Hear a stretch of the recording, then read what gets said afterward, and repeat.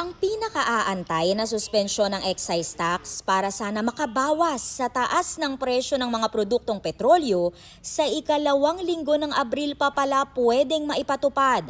Yan ang sabi ng Finance Department sa ikalawang hearing ng Senate Ad Hoc Committee tungkol sa Middle East crisis. Paliwanag ni Finance Undersecretary Carlo Adriano, kahit pirmado na ng Pangulo ang batas kahapon, magiging epektibo lang yan 15 araw matapos mapublish. So the earliest that the President can issue the EO is around April 12 or 13 po. Definitely, we will come up with recommendation by next week so that as soon as the law is in effect by around April 13, the President can already issue that EO. If Okay. ever. Kami po, nagmadali kami para mapasa yung batas na yan. Sana po, madaliin nyo rin yung pag-implement ng batas. Pero ang mas malaking problema, hanggang Abril na lang ang supply ng karamihan sa mga oil companies, liban sa Petron na may supply pa raw hanggang Mayo. Ayon sa kumpanya, marami sa mga bansang may langis huminto na sa pag-export. Kaya kailangan na raw mismong gobyerno natin ang makipagnegosasyon sa halip na pribadong sektor lang. Japan, since they have SPRs, would be one G2G country that we can take on. You have another country that has a very big SPR, but have declared that they will not export, and that is China. We say G2G because we do not know how to approach, whether government is willing to approach. Yan din ang paulit-ulit ng panawagan ng committee chairman na si Senador Win Gatchalian.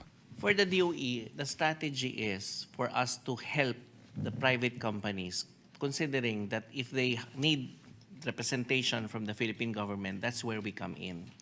So parang we back them up. Kailangan nila ng tulong. So, sa DOE and PNOC, wag na kayong matulog. 60 days will fly by so fast.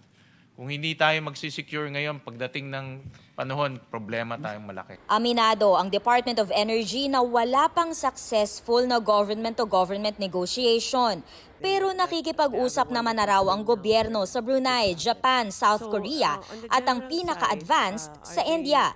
Kausap na rin daw ang Malaysia, Canada, Argentina, Colombia at Estados Unidos. Pero nasermo na ng mga senador ang ahensya kung bakit dumadaan pa sa mga embassy sa pakikipagtransaksyon. Dapat minister to minister na yan eh. In fact, head of state to head of state na dapat. Tama si Chair. Emergency ngayon, crisis. Yung protocol in normal times. Ang good news, may parating daw na 22 million liters ng diesel galing Japan sa Sabado. Kaya lang, dagdag isang araw lang daw yan sa supply. Hindi naman pinalampas ni Senador Rodante Marcoleta kung bakit nagtaas agad ng singilang oil companies sa luma nilang stock noong mga nakaraang linggo. Napa-walkout pa ang senador dahil hindi satisfied sa sagot ng Energy Department kung nabantayan ba talaga kung tama ang mga naging taas singil.